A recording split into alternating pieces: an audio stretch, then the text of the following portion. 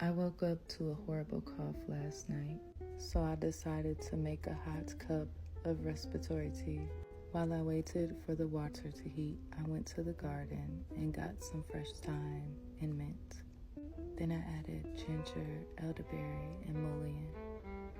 Once my water was ready, I grabbed it off the stove and I poured my herbs into the steeper. I let that steep for about 5 minutes. If you don't have the time or the resources to make this yourself, you can grab this natural mucus and lung detox.